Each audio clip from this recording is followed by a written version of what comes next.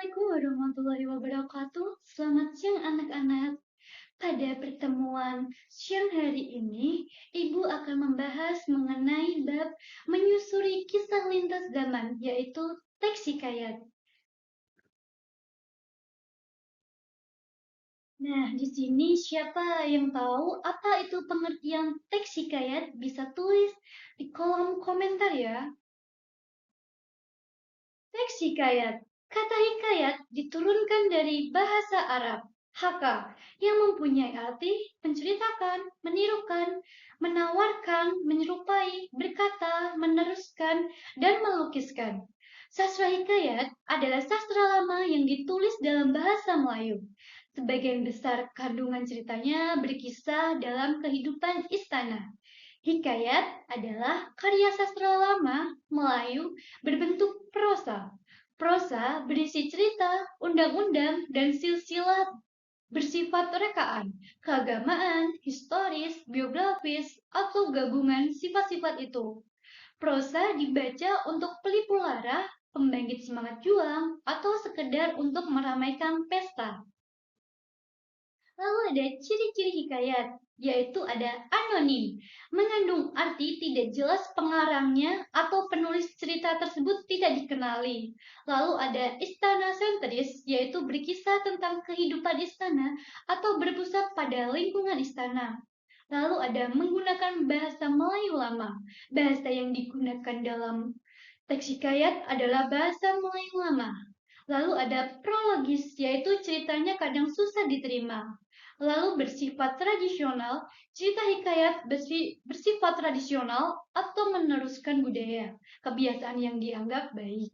Lalu ada bersifat didaktis, cerita tersebut mampu mendidik pembaca, baik secara moral maupun religi. Lalu ada magis, yaitu pengarang membawa ke dalam dunia khayalan.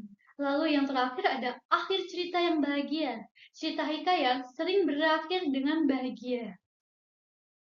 Lalu ada unsur hikayat, yaitu ada tema, ide atau dasar cerita, lalu ada tokoh, pelaku atau seseorang pemeran yang terdapat di dalam cerita, lalu ada alur, jalannya sebuah cerita atau sebuah jalinan peristiwa suatu cerita, lalu ada latar, tempat, waktu, dan suasana dalam cerita atau gambaran tempat, waktu, dan suasana terjadinya peristiwa dalam cerita. Lalu ada sudut pandang, posisi penulis di dalam cerita atau pusat pengisahan di mana sebuah cerita tersebut dikisahkan oleh sang pencerita. Lalu ada gaya bahasa, bagaimana cara penulis menyajikan sebuah cerita serta menggunakan bahasa dan unsur-unsur keindahan lainnya dalam hikayat. Lalu yang terakhir ada amanat, pesan yang disampaikan oleh penulis kepada pembaca. Lalu ada ide pokok, yang berisi tentang gagasan utama yang menjadi landasan pengembang paragraf. Lalu ada topik pembahasan yang ingin disampaikan penulis kepada pembaca. Lalu juga di dalam ide pokok terdapat pokok pembahasan yang ingin disampaikan penulis kepada pembaca. Sifat umum atau pemikiran utama, lalu yang terakhir bersifat umum dan dijelaskan oleh ide-ide penjelas yang bersifat khusus. Lalu setelahnya ada ide penjelas. Di dalam ide penjelas ada satu, gagasan penjelas dan pikiran penjelas. Yang kedua ada ide yang berfungsi menjelaskan ide pokok. Lalu yang ketiga biasanya terdiri dari lebih dari satu kalimat yang disebut sebagai kalimat penjelas. Lalu yang keempat berfungsi untuk menjelaskan topik tersebut. Nah, di dalam teks hikayat juga terdapat kata arkais. Kata arkais yaitu penggunaan kata arkais dalam teks hikayat. Hikayat sebagai teks sastra lama menggunakan kata-kata arkais di dalamnya. Kata arkais adalah kata yang sudah tidak lazim digunakan pada saat ini. Hal ini tentu berbeda dengan bahasa yang digunakan dalam cerita pendek yang lebih populer. Contoh kata-kata arkais yaitu syahdam, bermula, hubaya-hubaya, hatta, apatah, sahaja, dan berjaya. Lalu di sini ada cerita hikayat sajian dan ikan toda.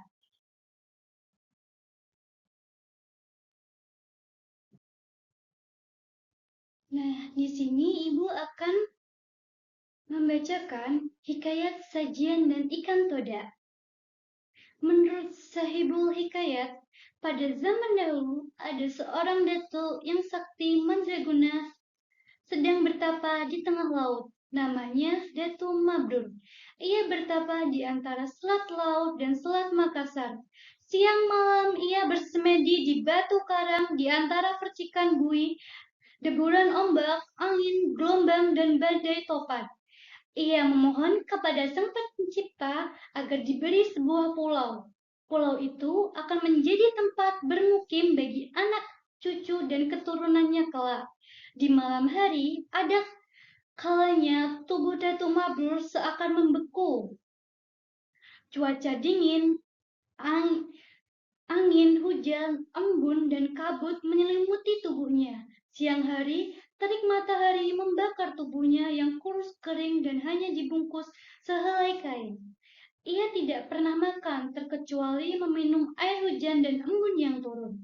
Di hari terakhir pertapaannya, ketika laut tenang, seekor ikan besar tiba-tiba muncul dari permukaan laut dan terbang menyerangnya. Tanpa beringsut dari tempat duduk maupun membuka mata, Datuk Mabrur menepis serangan mendadak itu. Ikan itu terpelanting dan jatuh di karang. Setelah jatuh ke air, ikan itu menyerang lagi. Demikian berulang-ulang. Di sekeliling karang, ribuan ikan lainnya mengepung, memperlihatkan gigi mereka yang panjang dan tajam, seakan prajurit siap tempur. Pada serangan yang terakhir, ikan itu terpelanting, jatuh persis saat Datu Mabrur membuka mata. Hai ikan, apa maksudmu mengganggu semediku? Ikan apa kamu? Aku ikan toda, raja ikan toda yang menguasai perairan ini. Semedimu membuat laut bergelora, kami terusik, dan aku memutuskan untuk menyerangmu. Tapi engkau memang sakti, Datu Mabrur. Aku takut, katanya mengap-mengap, matanya berkedip-kedip menahan sakit, tubuhnya terjepit di sela-sela karang tajam.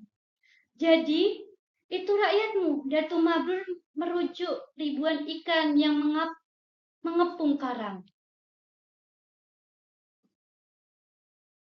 Ya, Datuk, tapi sebelum menyerangmu tadi, kami telah bersepakat kalau aku kalah, kami akan menyerah dan mematuhi apapun perintahmu. Datuk Mabrur mengangguk. Dipandanginya ikan-ikan yang berenang itu di sekeliling karang itu. Gigi-gigi sirip dan sisik mereka berkilau saat melompat di permukaan laut. Siang menjelang matahari mulai garang. Ini hari terakhir pertapaannya, tapi belum ada tanda-tanda permohonannya akan terkabul. Pulau yang diimpikannya belum tampak sejauh mata memandang. Yang tampak hanya birunya laut, keluasan samudra, dan cakrawala. Datuk, tolonglah aku. Obati luka-lukaku dan kembalikan aku ke laut. Kalau terlalu lama di darat, aku bisa mati. Atas nama rakyatku, aku berjanji akan mengabdi padamu bila engkau menolongku. Raja ikan tidak mengibas-ngibas seolah sulit bernafas. Insannya membuka dan menutup. Baiklah, Datu Mabrur berdiri. Sebagai sesama makhluk ciptaannya, aku akan menolongmu. Apapun permintaanmu, kami akan memenuhinya. Datu ingin istana bawah laut yang terbuat dari emas dan permata, dilayani ikan duyung dan gurita, ingin berkeliling dunia bersama ikan paus dan lumba-lumba. Tidak, aku hanya punya keinginan pribadi, tapi untuk masa depan anak cucu nanti. Lalu Datu Mabrur menceritakan maksud pertapaannya selama ini. Kami akan memenuhi permintaanmu. Bagaimana bisa? Bagaimana caranya? Akan kukerahkan rakyatku, seluruh penghuni laut dan samudera sebelum matahari terbit esok pagi. Mimpimu akan terwujud. Aku bersumpah. Wah, kamu bersumpah? Ya, aku tak akan berdusta. Ini sumpah raja. Datu Mabrur tak dapat membayangkan bagaimana Raja Ikan Toda akan memenuhi sumpahnya itu. Baiklah, tapi kita harus membuat perjanjian. Sejak sejak sekarang kita harus sejian, seiring sejalan, ia sekata sampai ke anak cucu kita. Kita harus rakat mufakat, bantu-membantu, bahu-membahu. Setuju? Setuju, Datu. Sahut Raja Ikan Toda yang bergelolek lemah. Ia sangat membutuhkan air. Mendengar jawaban itu, Datu Mabrur tersenyum dengan hati-hati. Dilepaskannya tubuh Raja Ikan Toda dari jepit karang, lalu diusapnya lembut. Ajaib, dalam sekejap, darah dan luka di sekujur tubuh Raja Ikan Toda itu mengering. Kulitnya licin kembali seperti semula, seakan tak pernah luka. Ikan itu menggerak-gerakkan sirip dan ekornya dengan gembira. Dengan lembut dan penuh kasih sayang, Datu Mabrur mengangkat Raja Ikan Toda itu dan mengembalikannya ke laut. Ribuan ikan yang tadi mengepung karang kini berenang, mengerumuni, melompat-lompat bersukaria. Sajian, seru Raja Ikan Toda sambil melompat di permukaan laut. Sajian, sahut Datu Mabrur. Setelah lompatan ketiga, Raja Ikan Toda bersama ribuan ikan yang mengiringnya menyelam ke dalam lautan. Sebelum tengah malam, sebelum batas pertapaannya berakhir, Datuk Mabrur dikejutkan oleh suara gemuruh yang datang dari dasar laut. Gemuruh perlahan tapi pasti. Laut tenang, bergelombang, tak ada, hanya aluran ombak dan riak-riuk kecil saja. Riak-riuk itu kini memanjang ke segenap penjuru. Langit terang benderang dan ribuan bintang dan cahaya purnama, hingga Datuk Mabrur dapat dengan jelas menyaksikan peristiwa di depan matanya.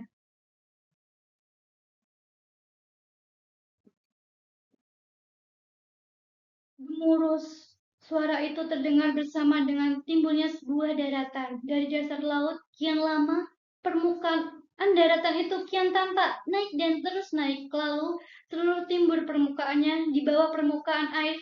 Ternyata jutaan ikan berbagai jenis mendorong dan memunculkan daratan baru di dasar laut. Sambil mendorong, mereka bersekat berteriak, sajian, sajian, sajian. Datuk Mabrur tercengang di rang pertapaannya, Raja Ikan Todak telah memenuhi sumpahnya. Bersamaan dengan terbitnya matahari pagi, daratan itu telah muncul sekunjarnya, berupa sebuah pulau lengkap dengan garai, lembah, perbukitan, dan pegunungan. Tanahnya tampak subur, pulau kecil yang makmur. Datu Mabrur senang dan gembira. Impiannya tentang pulau yang menjadi tempat tinggal bagi anak cucu dan keturunannya telah menjadi kenyataan. Permohonannya telah dikabulkan. Dengan memanjatkan puji dan syukur kepada Sang Pencipta, ia menamakan Pulau Halimun. Alkisah, Pulau Halimun kemudian disebut Pulau Laut sebagai ia timbul dari dasar laut dan dikelilingi laut. Sebagai hikmahnya, kata sajian dan ikan todak dijadikan slogan lembaga pemerintahan Kabupaten Kota Baru.